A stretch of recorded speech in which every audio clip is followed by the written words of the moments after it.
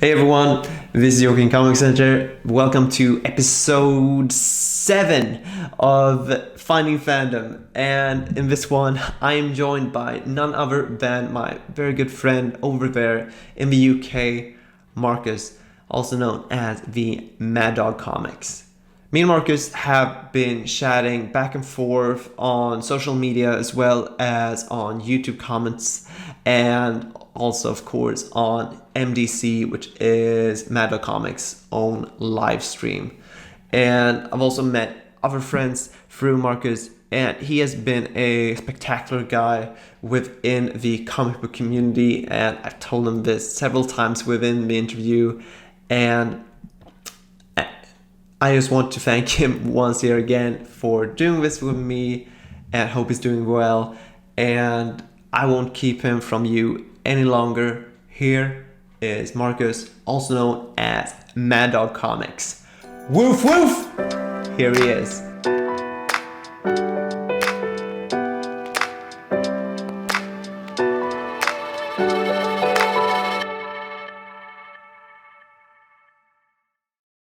Hey Marcus. Hey, thanks for having me. Glad to have you on, man. How you doing? Yeah, not bad, thank you, mate. I've downed a pre-workout about 2 hours before this, so I'm kind of a bit like, got the shakes. But other than that, I'm great, and I'm glad to be here. I want to say thank you for having me on. I've really enjoyed the episodes that you've done so far, and I'm hoping this isn't, third time unlucky or anything like that. So thank you for having me on. No, definitely not. And I mean, with this being like episode 5 or 6 or something, I can't believe it's taken this long to have you on, actually. But I know you're a busy guy because your channel is pumping out videos like crazy. Yeah. And it's good content also, I must add. Thank you. I just try to do as much as I can. Maybe sometimes to my detriment, but, that's what it's about, isn't it, at the end of the day? Like, early bird catches the worm, other cliches. Definitely. And I mean, you go on and tackle your videos right head on, I would say. I mean, I know how I am with my videos and everything. I plan ahead so much further. I'm not saying that you don't plan ahead, but I might be filming 2 or 3 videos at one point at the same time, and I don't even know what I'm filming. I'm just filming myself doing stuff. Yeah. With beef footage and everything. I filmed myself doing my own dishes from like 3-4 angles. Ended up using it actually. I mean, you have so much segments actually. I mean, you have so many ideas. I don't think you let anything go to waste actually with your channel. There's still some left in the bag. There's like from day one, I had sort of a philosophy that, sometimes you hear people saying like, because they're a smaller channel, they can't do this, they shouldn't do this idea, this video's too big for them. I just straight away was like, that's not going to happen. Like, there's no idea that I'm not at least going to try and tackle. If it fails, it fails. Like another thing that I always told myself was, you're only as good as your next video. And I think that's something that applied from like other things that I did, like when I did creative writing, when I was at the gym. You can squat a great weight, but if you don't do anything else, that was worthless. And I look at videos the same way that, the last video that I did, maybe people liked it, but the next video is the one that's important now. So I think that's where it always sort of stemmed from. That's really good. And now that's giving me a fresh new perspective now on how I should look at my videos. But you are correct, really, because once it's uploaded and it's given out to the public, I mean, now it's to the next phase and trying to not compete with anybody else, but compete with yourself to try to improve yourself if need be and want to. Exactly. Like, I think as well, because I know you're a man who loves to cook.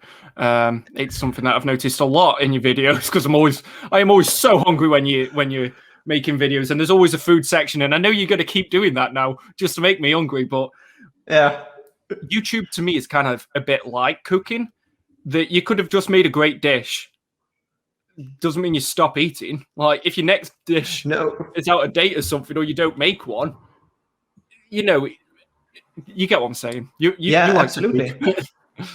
Yeah, and yeah, B-roll footage and everything, filming myself from every possible angle, doing who knows. I mean, reading, that's one thing because it's Joachim Comic Center, and I diverged that somewhat. But I mean, I'm trying to hit a public that is like want to be more intentful maybe with their comic book purchase and everything. I could have done this channel just on pure minimalism and how to think about every aspect of your life and take that intentfulness into. But I was thinking like most comic book collectors maybe are not into this philosophy stuff, but maybe I can implement it somewhat into the hobby itself and just point at how we can manage this section of our life. And I mean, by half, it has worked. Yeah. I've gotten a great response on it, and that's why I try to keep on doing it. But that's also why I try to do Finding Fandom, and to find, in the beginning now, comic book collectors and what drives them into this hobby and everything. And also, of course, YouTube, because otherwise I wouldn't have discovered most of the people that have been featured here. And what keeps the drive ongoing for their comic book fandom. And what I can tell with your channel, as I said, you've been pumping out a lot of videos, quality content, and I know you are one of the most hardworking guys here on YouTube. Thank you. And you've been and it has been noticeable because you've been featured on other channels like Near Mint Condition, which is one of the strongest corners within this community, I would say. And you are on your own corner, I would say. Don't hold back on me now, man, because the whole British community is, I mean, you are one of the pillars there. Yeah, well, it's nice when, there's people from the UK you feel now that there's someone sort of speaking from their corner. It's kind of a weird thing to think about, though, because for me, like, I never wanted to try and emulate anybody else. I don't know if I'm pronouncing that correctly. I never wanted to try and emulate anybody else's channel or anything like that. I also was always just going to be second best. Nobody's ever going to be a better Near Mint Condition than Omar. Like, it's just not going to happen. So, I always just wanted to be someone who could contribute something not even necessarily new, but different to the conversation. And like, Whale Watch was probably the thing that really helped me sort of find the identity of the channel, because the thing with Whale Watch is people don't realize that's what I was doing for years before I had a channel. Because I only had such limited money for books each month, I had to be aware of what was going out of print and what I might miss out on, what was creeping up in price. And, for me, I was like, especially at the time when I was about to start doing my YouTube channel, it seemed, and I'm sure you can resonate with this, it was more about excessive, like, I've got everything. Oh, the money's not an issue. Whereas I'm like, money is an issue for me. Yeah. It's a big issue. So I was like, there must be somebody else like me who doesn't have a lot of money to spend on comics, but still wants to get every book that they want. So I think more than just being the British side of it, I think I was just trying to be the sort of money savvy side of it. Yeah. Now, nobody's more money savvy than you, because you sell all your books. So you beat me on that one, but from different angles. Recently I read, or I keep a list on all the books that I've read. And so far this year, I've read about 100 ones. And then I checked on, because I write down all the titles, and I checked on them, which of them I put up on the Swedish eBay site to sell off. And I noticed that half of them I've sold off. So every second book I read, I sell off. Not necessarily in the order that I read them, but yeah, that's a mad number. But I know why a bunch of them was sold off. It's because here's hoping for Brand New Day, Spider-Man Omnibus, and Omnibus by Dan Slott. But still, trying to minimize my number. But that's just my struggle. I mean, there's no perfect number in your collection, whether if you're trying to aim for a smaller number or a higher number. It's the thought behind the books that counts, I think, and what to do with it. And as you said with Whale Watch, because that is your baby. And when you came out with that, at first sight, with my cynical thinking of people just want to buy, and buy. I'm not that, but I'm just trying to put it more in black and white now. But I saw the gray area, what was, okay, we're really trying just to be aware here on what is going out of print and what you're going to prioritize, because you might want to get this before you get something that's newer and everything, and might still be here.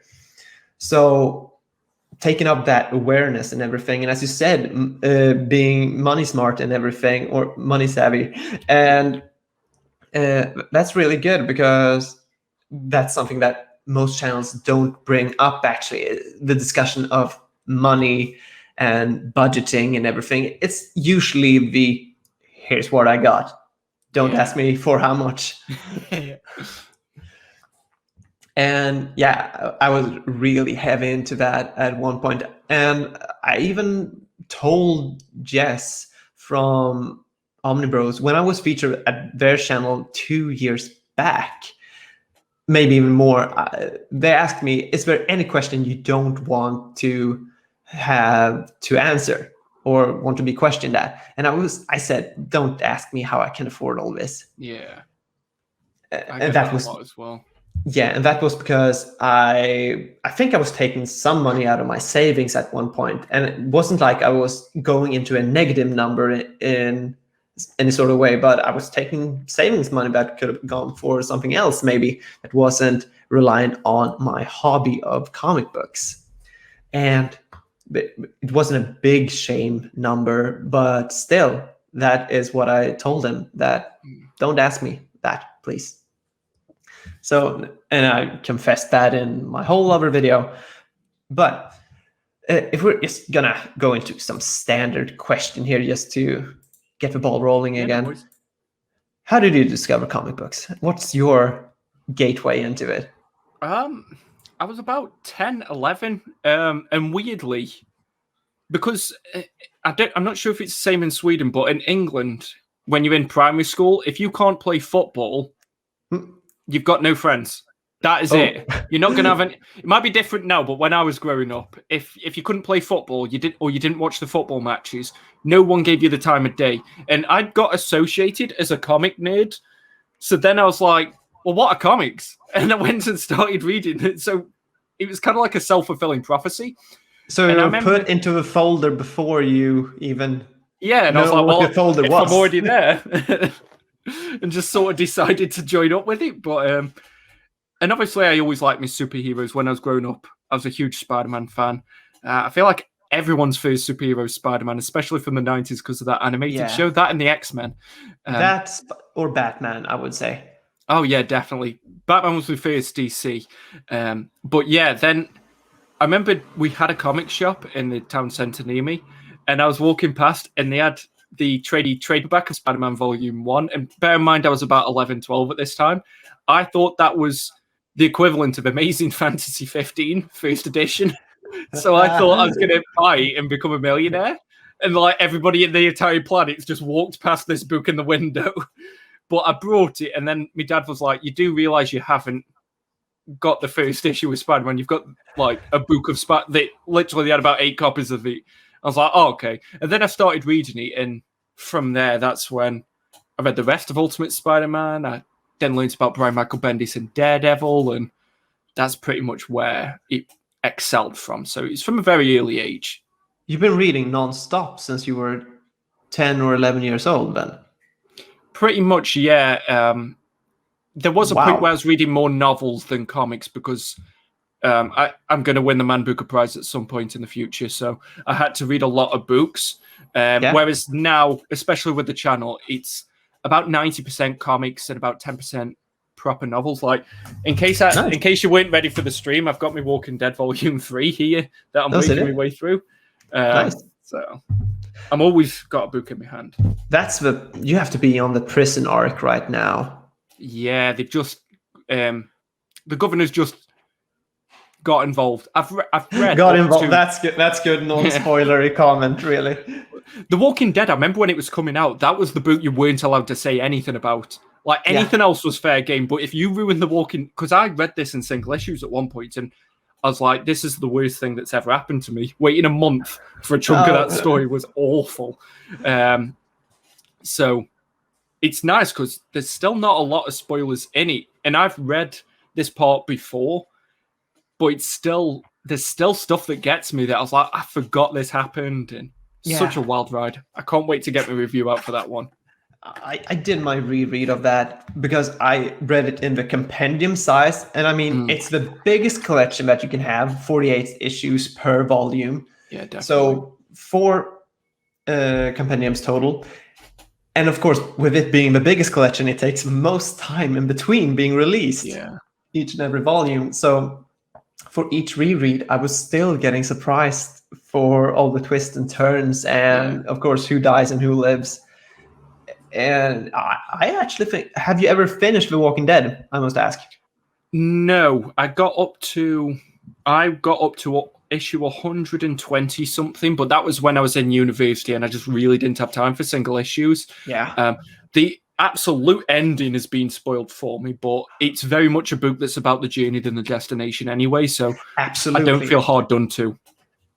Absolutely, with such strong character arcs and everything, you really should appreciate the journey more so than the ending. Exactly. I think as well, I remember when I was reading it when it was first coming out, I felt like there was a drop off after hardcover book 4, after issue 48. I'm not going to say anything else other than after issue 48. And anybody who read it knows exactly what happened in that issue. So now it's going to be interesting to see, because I'm watching the Walking Dead TV show as well, which I did not like when it first came out.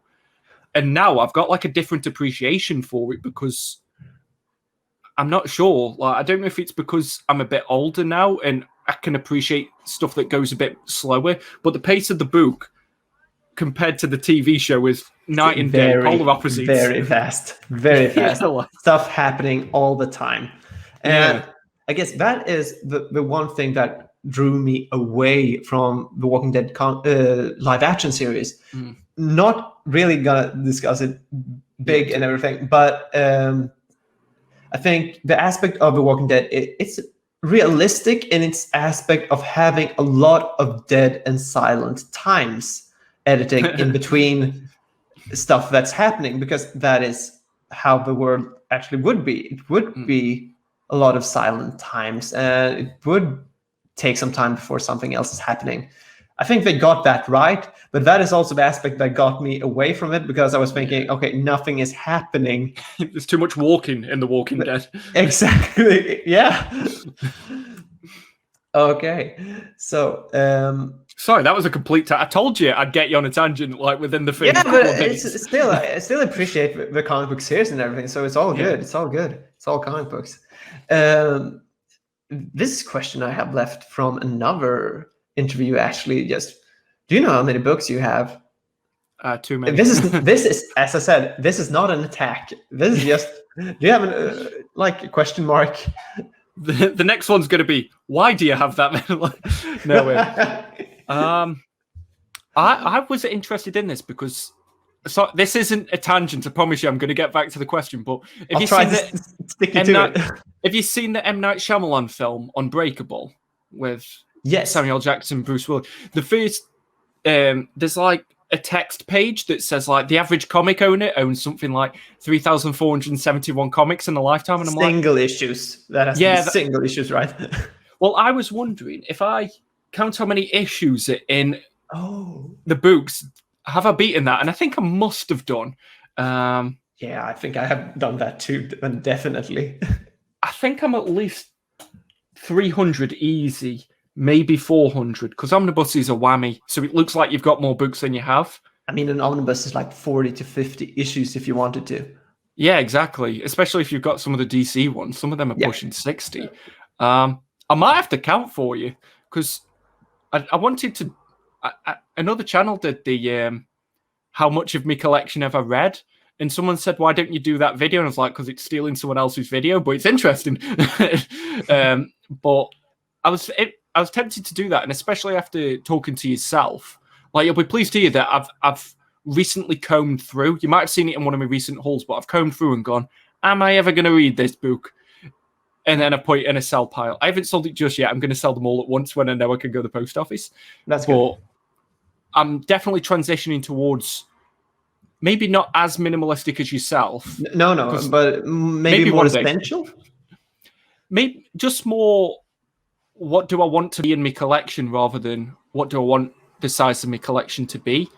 Like, I'd rather have 20 great books than 200 bad ones now, and I think I'm getting out of that mindset, especially just going back to the topic of finances. Like, I did a very eye-opening video for myself at the end of last year, which was how much have I spent on comics. And similar to yourself saying you've pulled out a savings, I hope you don't think you're alone in that, because that was me last year. Because especially when you've got a channel that's in its infancy, you want to draw people in, and with hauls, the bigger the better. Like, so I did feel this sort of need to get a whale every month, to get more books than the last month. And I think I was pushing about 8-9 grand that I spent last year alone, which if you gave me I always say it like this, if you gave me that money now in a lump sum, would I do it all again? I'd probably spend some of it towards books, but the majority of it would go into savings, investments. So I think that's why, it's interesting here that you were literally in the same boat as me at one point, and I hope it's something that I'm out the other side of now. Yeah, and I don't even think that you and I are any rare special occasion bear either, and that's why I hope people find this and get to hear it. Because, looking at your own collection, because, and I'm speaking of my own now, I was thinking, like you said, what do I want this to look like?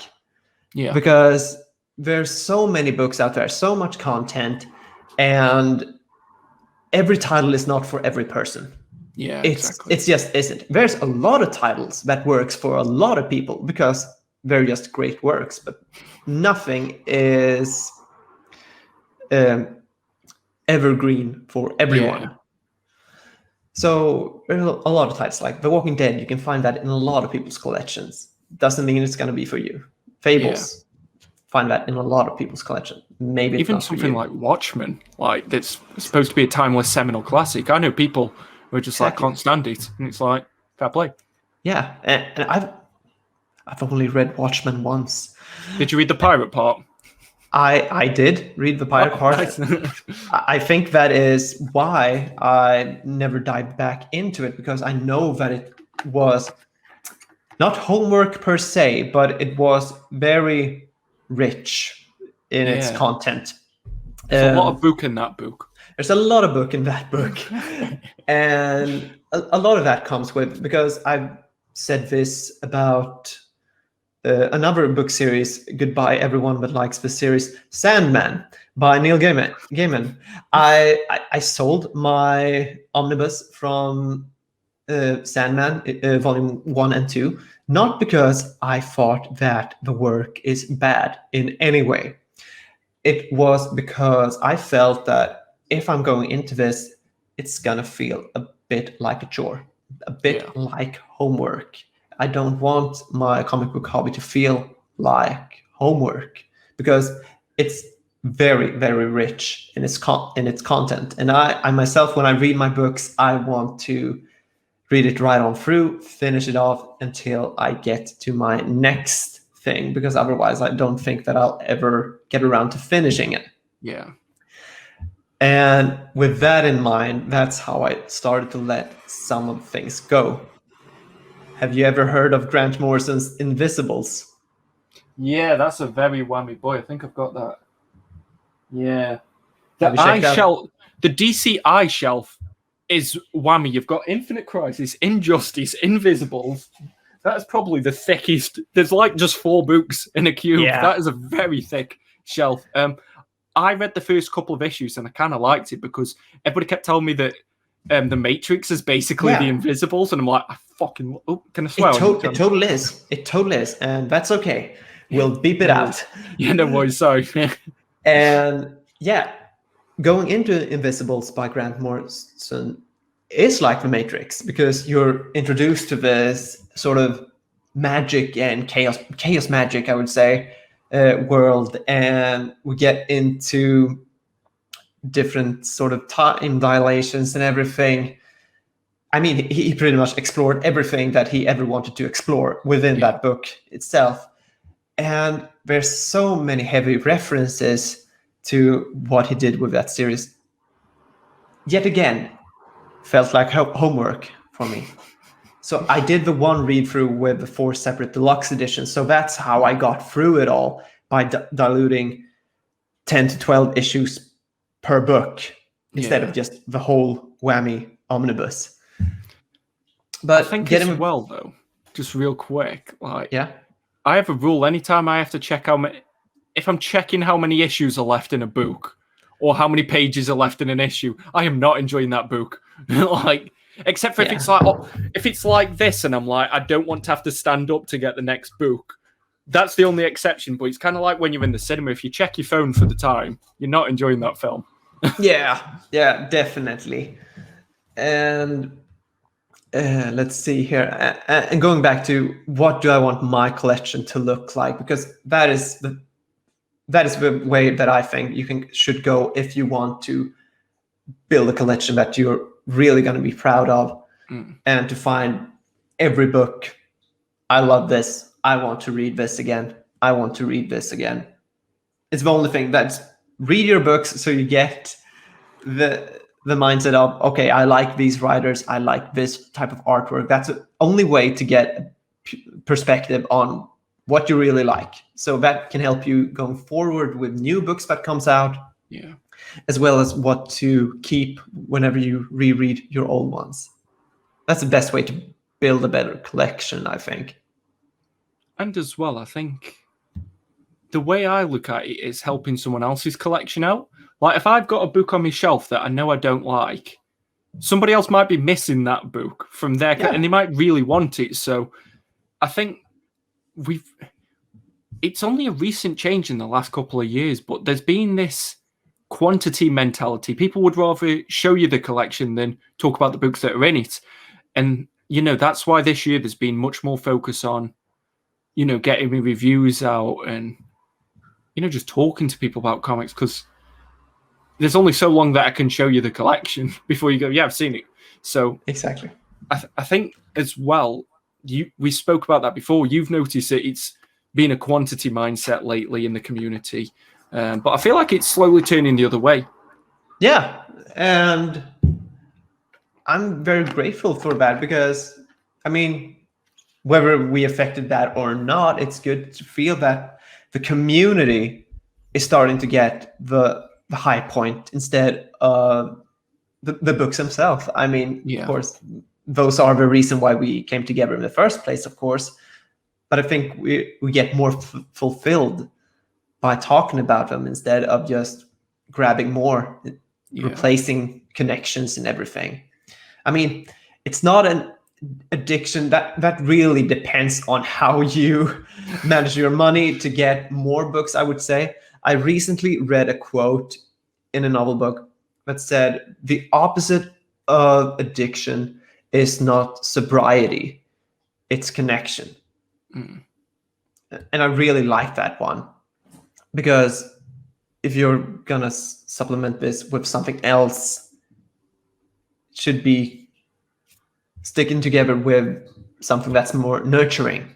Yeah, I would say, and I think the community really is nurturing in a way, because it spins around the whole fandom idea, and we get excited by talking about it with each other. The thing is, as well, I think some people, including myself, are just collectors of stuff. Like my Power Rangers at the minute. Like, oh yeah, I think that might be why I've gotten a bit more. Oh, I can let this book go, because unfortunately, it seems like I've got a different thing that I'm just on now. And I know there's people who transitioned out of getting every omnibus that came out into, video gaming, or even stuff like key issues. I know has become quite popular in the last couple of years. So yeah, it's interesting to see what the hobby evolves into. or if people evolve out of it even. I think that's what is quite interesting as well to see. Yeah. And as we said several times now, the reason why I did this Finding Fandom is because people start to think more about the quantity more so than the community. And my original idea with Finding Fandom was making this mini documentation with my own perspective on how now with COVID-19 and pandemic and everything, canceling out Comic Cons, conventions, we're stuck at home, so can't visit people, can't see people, so the material things takes up all the space. And thinking about it further, I was thinking, okay, maybe I need some other people's opinions about this. So it's just my angle and see how other people view this. And it has really opened up my eyes to that it's really not the case. People are really enjoying the community more so than the hustling of buying more books. Yeah. So I'm really glad for that, and I still want to see more people, and maybe not even discuss comic book fandom, because fandom really, it's such an open concept. I mean, it could be cosplayers or toy collectors. I mean, really anything that you can nerd down into, I guess. But speaking about Comic-Con, because you mentioned it, did you used to visit an annual Comic-Con convention before pandemic and everything? Yeah, it wasn't really. There was one set one I'd go each year, but I'd try to go to at least 2 a year. 2 a year? Damn. Yeah, because in the UK we have smaller ones that are quite close. So the big one that we really had, that was more just like a... The thing is, the term Comic-Con, like, the majority of them don't focus on comics anymore. Like, I went to the London MCM one that was normally in October, and I think it's going to happen this year, but it falls on a weekend when I'm busy, unfortunately. I went there, and I was really buzzing for it, but, you know, there was about 1 or 2 stalls that were actually selling comics. Wow. So, and we're talking a massive convention hall. We're not talking like, you know, a school's just let somebody use their assembly hall. We're talking something that was in multiple halls, and the biggest convention in the UK, maybe besides maybe Thought Bubble, but Thought Bubble is actually a comic convention. You know, you go onto the website for London MCM, and it's all media guests, which I'm not against, but for me, where are the comic creators? And they'll be just like shoehorned into a corner. It's a Comic Con, so I think, like, I tried to go to a smaller one, normally like a Birmingham or a Manchester, that is focused on comics. Like, my favourite one that I've ever gone to was in Birmingham, and I met Sean Phillips and I met Charlie Adlard.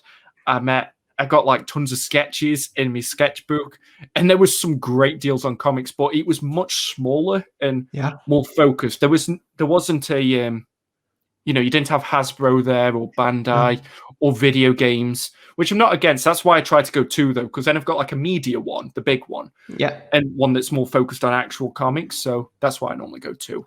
Not sure where I'm going next. Yeah, but that's really nice, because I've seen that aspect also, but we didn't have a smaller Comic-Con. I would say the sci-fi convention maybe could be a smaller type of Comic-Con here in Sweden, because we also have the regular Comic-Con. Yeah. And still, it's the same people that turns up to both of the conventions, because I start to recognize cosplayers and everything, and as well as the ones that has booths everywhere. And yeah, it's pretty much the same 2 or 3 comic book shops that turns up. Yeah. And when you said that you had some turning up, is there single issues or graphic novel collections mostly that they bring with them? If we're talking the smaller convention that's comic focused, there would be quite a lot of that, and it'd be very mixed. Like, so I'm not sure if you've heard of Forbidden Planet, but they would normally have a booth. Yeah. You'd have like Silver Acre Comics, who are much smaller and focus on single issues, but they'd have some graphic novels. You'd have some people who, honestly, at this smaller convention, you'd just have some people who were selling off the comic collection. Like, it was so weird. Whereas the bigger convention, and I think this is probably not so much a fault of like independent shops, but maybe it was just too pricey for some of the smaller places to get into the London one. So, you know, of course, Hasbro or Bandai are going to have the money for it, and all these video game companies. But there would only be one, and I think it was a Forbidden Planet again. There was quite a lot of manga. Like, yeah, I know. So nothing that stopped I you. noticed. Yeah. But like, honestly, you should come to London Convention if you love your manga, because, and it's that debate. Do you count manga as comics? Because if so, then yeah, there was a ton of comic booths, but purely like American or British comics. I'm probably over exaggerating, but there was not many stalls, and I did not come away with any comics. I came away with a lot of cupcakes, because you get a lot of confectionery places going there, and I am fat, so I loved going to them. Like, great time. But yeah, so it was weird. I was gonna say I'm fat also. Inside, I'm really. You're always eating in your videos, that's why. Yeah, exactly. I'm always eating in my videos. Let's see here. Another topic that I bring up, like with all of my guests here on Finding Fandom, and pretty much in all my videos, one of them said that this is really what all my videos is about. But yeah, the fear of missing out aspect of comic book collecting. Let's see here. What is your best advice to avoid fear of missing out, if you have any? If I'm going off what I personally do, yeah, of course, the 24-hour rule normally works well for me, but it is difficult, especially if it's like you've got one person selling a book that you've really wanted and somebody else might get it. Like if somebody was selling the Colossal Conan, the 24-hour rule probably wouldn't apply. But say, for example, it's a new release, like I was talking to you before about Fantastic Four Silver Age. If I would have waited that 24 hours, I would have realized that I was okay not having it, because recently I brought the Absolute Y The Last Man's, because it's one of my favorite series of all time, so I want it in the best format possible. My original Absolute. Yeah, I upgraded. Nice. Yeah, because it's my favorite series, so why not get it in? I'm never gonna not want that in my collection, similar to Preacher, so I might as well get the most beautiful edition. Even if the art isn't groundbreaking to me, I still want it in the best format possible to sort of honor the series. Like, you've reached the pinnacle, you get a slipcase. But for me, I got my original order for them cancelled, and when that got cancelled, I realized I really wanted them. Yeah. Whereas there's other books where I ordered them because I saw that it was there, and then I got it and I was like, I didn't actually want this. I just didn't want to miss out on it. So the 24-hour rule is probably the one that I'd recommend the most. And as well, write a list of what you actually want. And then, like, as soon as Omar's like announced some reprints, if you think you might want it, write it on your list. You've got at least, we know what's coming out next April, so you've got time. Read it digitally, if you can, if you've got access to it. I know not everybody's in the same boat. Read it digitally, and then by the time it's just about to come out, or before the final order cutoff, because you still got about 2-3 months before when something's announced in the final order cutoff, ask yourself if you still want it. You know, be prepared in advance. I know it's difficult for people who are getting into comics now, because there's more comics now than there was last year that you need to buy and catch up on. So I get that for new people. But that's something that I'd recommend. You know, you said it yourself in your recent video. Go to a library. If you've got a library that's doing a couple of comics, read them and see if you actually want them, because everybody else might be excited that Avengers by Jonathan Hickman's getting a reprint. But if you don't like that book, that's money that you could have been spending on something else. And again, it's a book that somebody else probably really wanted that you might have brought. So that's the way I look at it. And that would be my advice if I had to give some. I also wouldn't listen to me. That'd be my advice, because I'm weak. I mean, you could still check out Marcus's channel. I mean, watch his videos and everything. But if you think that the whole videos might affect you into buying something that you maybe not really want, then maybe, I mean, click on the video, then go out straight out, so you can still get some money for the ads and everything. But I That's a good point as well, though. Like you said it yourself that you used to follow a lot of channels that were just hauls, just unboxings, and that was what was causing you that fear of missing out. And I think as well, that's why I only do one haul a month, because A, it's a bigger video. So I feel like I'm giving people more value for the time.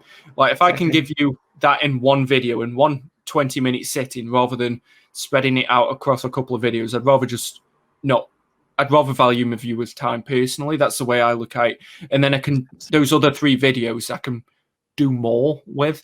But yeah, that's why I only do one whole video a month, in case there's people that are susceptible to fear of missing out. I don't want them to feel like my channel triggers that. Even something like Whale Watch, I say at the beginning, I'm genuinely not trying to cause any fear of missing out. I just don't want people to overpay. But yeah, you're dead on. Like if there's certain types of videos, even if my Whale Watch causes you fear of missing out, I'd rather you not watch it and save yourself a bit of money. Like I don't want you coming to me, but like, I spent 200 quid because of you, because I'm stingy. I am not giving you that money back. So I'd rather you just not watch the video. Please don't sue me. So I think you really hit the nail on the head there about how the community can influence that. Yeah, because we are, as you said, influencers. We are comic book YouTubers, but we're also comic book influencers, because we don't get DC or Marvel advertisements for their new comic book series. I mean, Marvel has done some trailers, I think, about different story arcs that's about to start up in X-Men and sort of things, but not really. We're not marketing the comic books like they do the movies, because we're doing that. We're doing their job for them. And they know we exist. They just doesn't have acknowledged us in a big mannerism way. I mean, Limited Condition has a gateway into Marvel and everything, and they get out a lot of information through that channel. But otherwise, we are the influencers of you buying more books. And I mean, just like with anything, I mean, because it didn't start with me just thinking, maybe I should unsubscribe. You don't have to drastically just unsubscribe to a person whose content you enjoy. Maybe just pick and choose what content to consume. Because like I stopped having, whenever the papers would come in the week with the groceries that's on extra price, I mean, I'd rather just go in blindly into the store and buy what I actually want, instead of having the papers telling me what's on sale and if I should buy 3 instead of 1 just because of extra price. If I'll just buy the things that I need, and if it's an extra price on that or extra sale on that, that's just a happy, good accident. Then I'll save some money, and I still only got the things that I needed. You can apply that to comic books as well. Not that anybody would buy 3 copies of the same book, but you know what I meant. I don't know. Ultimate Spider-Man's got 3 beautiful covers, so. Oh, that is a good one. I have pre-ordered the Ultimate Spider-Man Omnibus because I really want them to keep on going. What cover did you go for? I went for the Bagley Venom cover. Oh, nice. Really hoping that it's not purple on the spine. Yeah, and I think that sort of speaks volumes about some of the overall issues within like the community as a whole. Like we care more, you said it yourself, we care more about the spine than we do the content sometimes. Which I sort of get, but you know, what really is the priority when buying a book? Yeah, exactly. And now I'm just being hypocritical, just saying that I hope the spine is going to be black and not purple. But still, I mean, I can sort of get it for people that has severe OCD and want the collection to look nice and organized, same color and everything when it stands with the other books connecting to it. But so, okay, the majority of the time, the book is going to stand on the shelf. But really, just read it. It's more of an important aspect. So, but I think that's more arguable about the front cover. I think Yeah. that is something that really doesn't matter, in my opinion, because that's only 10 seconds between you taking out the books, putting it in your lap, and opening it up. That's 10 seconds back and forth at the most that you're going to see that front cover. It really doesn't matter what's on the front cover. I think the spine is a bit more sensitive for people. I've got one devil's advocate point, and it's Okay. the slimmest of slim arguments. But when, like this time last year, when I had more space in my collection, I would fill the shelves by like turning a book and like featuring that cover so that I could block out points like that. Yeah. So I could showcase the books that I really love, like I had me Astonishing X-Men on display. So that's the only devil's advocate point that I can have to go. The cover does matter, but I don't do that anymore, so I'm kind of being a hypocrite myself. So yeah, I totally get you. I never, when I was at a certain point with my collection, it was just too much, so I never could do that with my books. And I like the streamlined kind of assessment to the spines and everything. I made my videos on how I organized my graphic novel collection, and reason why that works so well is because the books are printed in a certain way. Of course, the Marvel Omnibus Spines, Silver Age reprints and everything being a different font and size and everything now, that's a whole different topic. I don't really want to get into that. Scratch it off my list then. I'm just to say something about that. Because I'm 4 volumes into the Amazing Spider-Man with the old font printing to it on the spine. It is the only Marvel Silver Age stuff that I do pick up in omnibus form. And I'm just accepting of, okay, from now on, from volume 5 and up, it's going to look different. Yeah. Of course, there are people that came in later and are going to have different sizes on the font. So it's going to be a bit more disturbing for the eye. I totally get you. But yeah, I don't know how I was thinking. I was thinking, okay, at least you have clean water and a roof on your head. The font is different. But I guess you can take that argument into a lot of things that we in the first world seem to get our anger on. So yeah, could be grateful that you actually got the book. Yeah, like I'm one of them. If it's that much of a problem, either A, create a custom dust jacket, or B, speak with your money. If nobody buys the book, Marvel will then pay attention. That's the way I look. I've said that all the time, though. I'm just like, speak with your money. If you're annoyed at a cover price going up, don't buy it. Like, you sort of have to know which hill to die on. Yeah. So to speak, like, is this worth not getting the book? Like DC changing the logo about everything. Yeah. So if you've got a volume, every second volume, of the same series, like with the Fables, how it's got the connecting spine on the compendiums. If that 4th volume doesn't have a connected image, I'm going to be annoyed, but I'm still going to buy it. So realistically, I've almost voided my ability to complain because I've bought it. Like my voice is my money, unfortunately, whether I like it or not. And what I put my money towards speaks louder than anything that I can say. And trust me, I speak very loud. So my money does a lot of speaking. Yeah. And I guess, as you said, I speak with my money by ordering a book that I already have. But it's because it's me saying, I really want you to continue with the Ultimate Spider-Man line with a second volume. Partly because I want to sell off my deluxe editions and then just have the whole run in omnibus format, and that would make for a smaller book count in my own personal collection. But I mean, however we get to it, I'm fine with it, actually. Being happy to be able to discuss Peter Parker, the Ultimate Spider-Man with other people that might not have had the chance to get a hold of that series in particular. I wish I could go back and read that for the first time, because like I said, that's what comics... Like, I might not be sitting here talking to you if it wasn't for that series. Like, that was what got me into this and got me collecting and buying and being interested in series. So it's weird thinking of the weight of that series for me.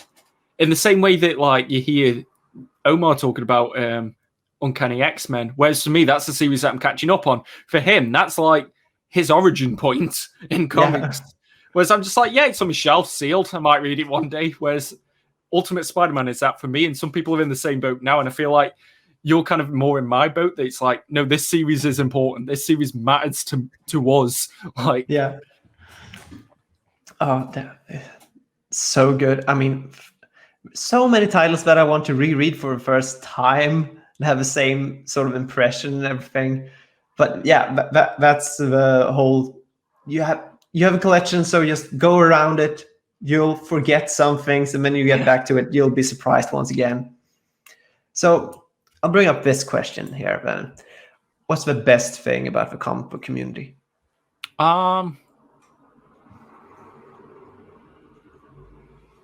It's not that I don't have an answer. I'm trying to think of what the one thing is. And they're like, oh, it's all awful. No. Is in the people within the community or the hobby itself. I think the pre-workouts mess with my brain a bit. Whatever you feel that it brings to you. The aspect of the people, the comic books themselves, or something in between. For me, I kind of like that no one who I work with reads comics, really. No one that I'm in the gym with reads comics. My mum is not sitting there reading Y the Last Man, no matter how many times I've tried to put it in front of her. Whereas, like, I like that comics is something niche, but not captive. Like, there's so many different ways people can get invested in it. Like, to play devil's advocate, in my gym, we've got an advert for a tattoo convention. There's a much steeper way of getting into that community. You have to have a tattoo. Okay. Like, do you get what I'm saying? Whereas comics, you just have to read one. Yeah, I guess. And I'm not knocking any community, and it's kind of like the car enthusiast community. There's a steep price to enter that one. Yeah. You have to have a really, really nice car, and you have to maintain it a lot. And you also have to go to a car park every week. I'm not into that. Like, that's too much commitment for me. You know how hard it is to get me to commit to anything. So trying to get me to commit to that is not going to happen. Whereas for me, I think comics are so unique that, say I was to go to that tattoo convention, there's no guarantee that I'm going to have anything to talk to them about. Like, comics are such a thing that if you're in the community, you can talk to that person about it. You might not be able to talk to them about many other things, but it brings so much passion. And like, I'm hoping I can get into writing comics. I'm not going to lie. I've got so many ideas that I want to do. And I think for me, it's that accessibility and potential, I guess, because I also like the fluidity of comics, especially if we're talking the big two. Like, everybody complains when Thor's a woman. Wait 3 years. Everything will go back to normal. It's just a wild ride. Everything in comics is pretty much an Elseworld story in comics because it doesn't exist. So I like this fluidity that, like, for example, we were talking about the Walking Dead TV show. If by season 4 that gets awful, I'm checking out. Whereas Daredevil, it's never going to happen. Daredevil is the most consistently well-written character of all time. But say the next writer after Zdarsky is awful. Say it's me. Say I get the big breakdown waiting for. Yeah. If Daredevil's awful next time, I can still jump back in when somebody else comes into it. So that's what I really like about it. Nothing's finite. And I think especially in a world where everybody wants you to be so absolute in every decision that you make and every opinion that you've got, comics has the potential to redeem itself in so many different ways. And I think as someone like myself who has a lot of flaws that I don't really like, comics allows me to believe that it doesn't matter if you're having a bad run at the minute, because the next writer might do a better job with you. And I think that's something that I can take into my life. Nice. And that was all just me rambling, wasn't it? Really? No. I want you to have your words said. Yeah, I really like that. As you said, it's very accessible. You can jump in, you can jump out. And you always have something to talk about, even if it's just one title. if you're really passionate about it, you have a conversation there. So it's something that opens up for more conversation. It invites for more community. Yeah. And I mentioned this in the beginning of a video, actually, because I wanted to get into the subject, actually, because you put out so much content. You're a very hardworking man on your videos. How about YouTube hustle? I don't know how I should label it, actually, because A grind. the grind, The grind. yeah. That's what everybody likes saying. Because I really try to get into it. We've spoken about this several times, and trying to mix recipes and everything on how's the best thing to do it. I mean, different strokes for different people and everything. Yeah. I myself try to make a runway of videos up ahead so that I'm maybe not stressing for this week's video, but maybe the next week's video or the week after that, depending on maybe I won't have time to do this next week and so on and so forth. So that's why I try to make a runway. But with your videos, I mean, it's constantly, I would say, if I can ask, do you work on a video every day almost? Yeah, but that's because of how I am. Because I've noticed this with near enough every hobby that I do, whether it's writing or when I was really into the gym a few years ago. Having a day off, to me, my brain just doesn't know how to get back into it. I don't know why. Like when I wrote my book Fool Girl, I wrote every day solid for 6 months.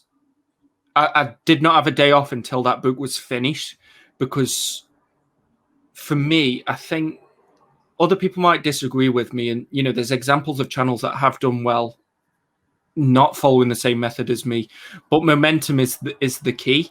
I always want to be improving and learning new things. Like, I think the thing with me is I don't just like comics, I like YouTube. Like, I'll watch creators outside of the comics sphere, and I love just watching different editing techniques and learning about them, and then going away and trying to apply it to my own videos. And that was something that I always wanted to do. Like, even getting the green screen, I love the process of learning how to do that. Even if it's something that doesn't come up a lot now, you never know, next year there could be an idea that I get that needs a green screen. So I've learned that technique. I like having all these feathers under my cap, because I've always been somebody that people don't believe in.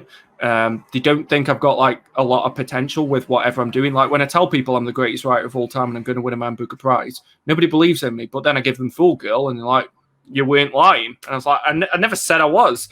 So I'm the same with YouTube now, that I think for me, I just want to make bigger and better videos each and every time. And I was talking to Adam about this. I've got a plan after 3 years on this channel that I hope I can see through. And I want to do a different direction, not abandoning comics, but a different type of comic content. Because we spoke about growers and showers.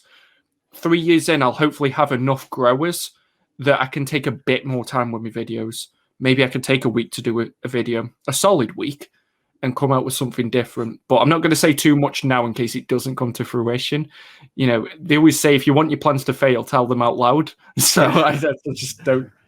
I'm not going to say too much on it right now. Okay, so almost 1.25 year into your channel now, also because you started your channel in the midst of the pandemic and everything, trying to reach out to people with your channel, and you surely have. Thank you. I mean, it's not stopping. People are noticing.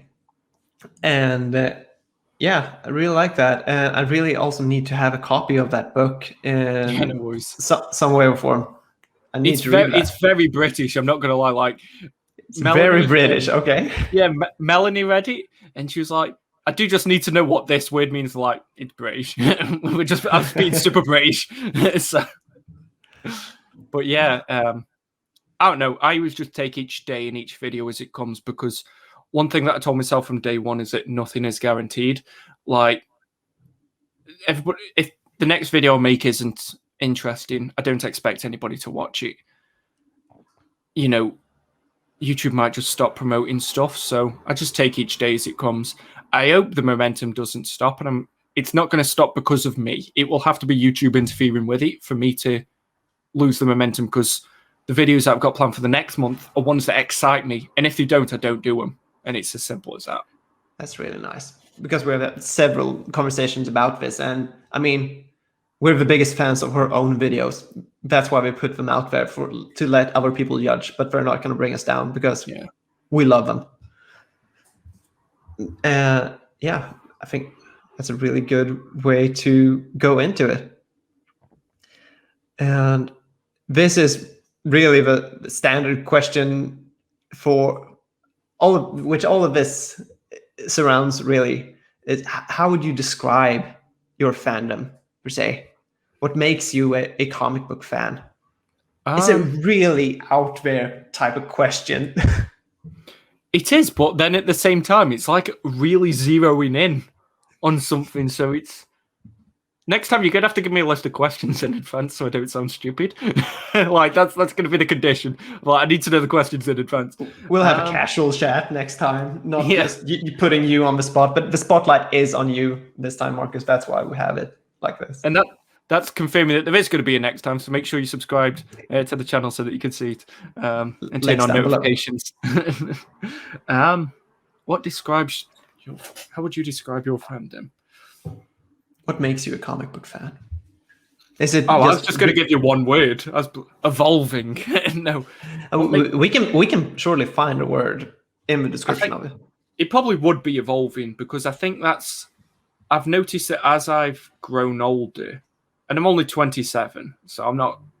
everybody thinks I'm 16 for some reason, but I'm only 27, so the answer could be different this time next year. But I think because comics has been a part of my life from an early point, and, you know, when I was getting into comics, I was being bullied, so it was an escapism. And for me, part of my identity did come from comics.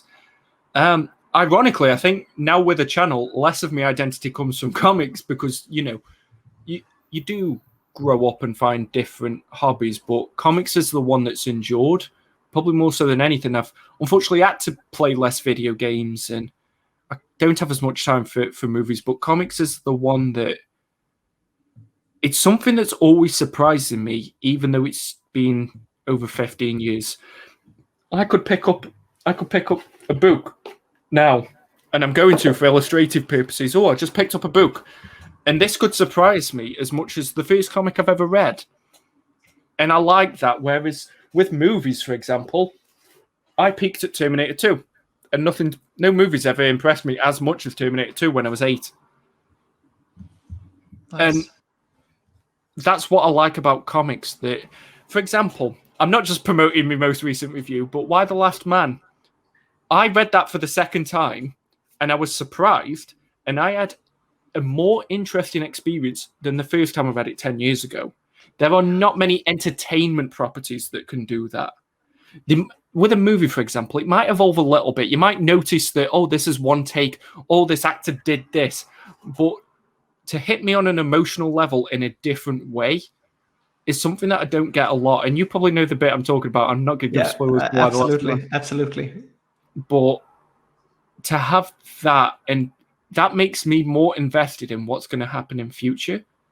You know, what if I read Why the Last Man a third time? What if I went back and read Planet Hulk again?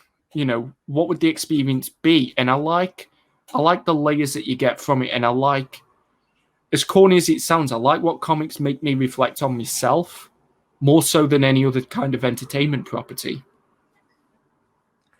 That's really nice. And it makes me think on how I view this comic book fandom also, with rediscovering and reading something else and find different aspect of it. I really liked that, and especially with Why the Last Man, I really know what you're getting at. Yeah. And discussing Why the Last Man is a whole different chat, actually. Oh yeah. Well, I'm not ready emotionally to talk about Why the Last Man anymore, because I don't know if you watched the spoiler part of the review. I choked up a little bit at one point because I was bringing my own experiences into it.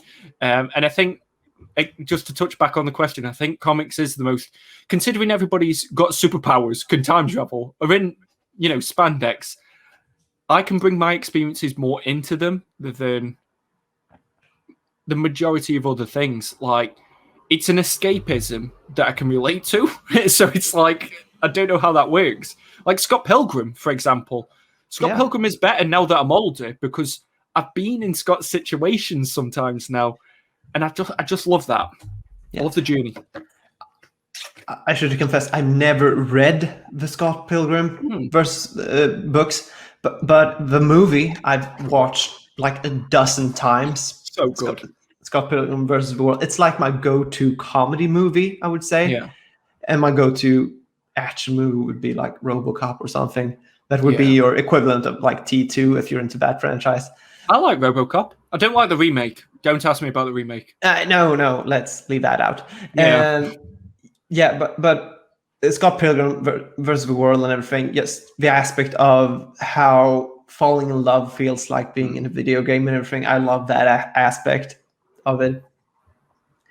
And I have just one more question for you. Sure. It should be the easiest one to answer, really, is where can people find you? So I've got my channel, Maddogg Comics. I'm hoping there's a link in the description, and Joachim's better at linking channels than I am in my own streams because I am awful at that. Of course. I've also got my Instagram handle, which is @Maddogg Comics. I've got a Twitter, a Facebook page. I don't know if I'm going to set up a TikTok by the time this comes out. I don't know. You never know.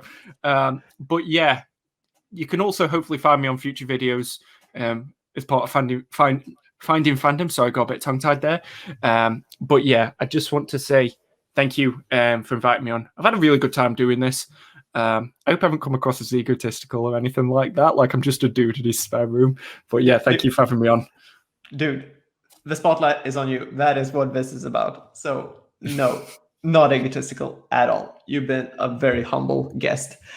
And yes, thank you for being here with me, Marcus. Thank you all that has been watching this pre-recorded live stream.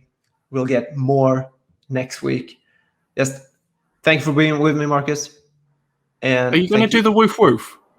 How are you going to do it? Your sign off. Okay, so in 3, 1, 2, 3. Woof woof. Woof woof. Woof woof. That's how it goes. I still need to practice. Thanks for being here. Bye, everybody. Have a good one, everyone.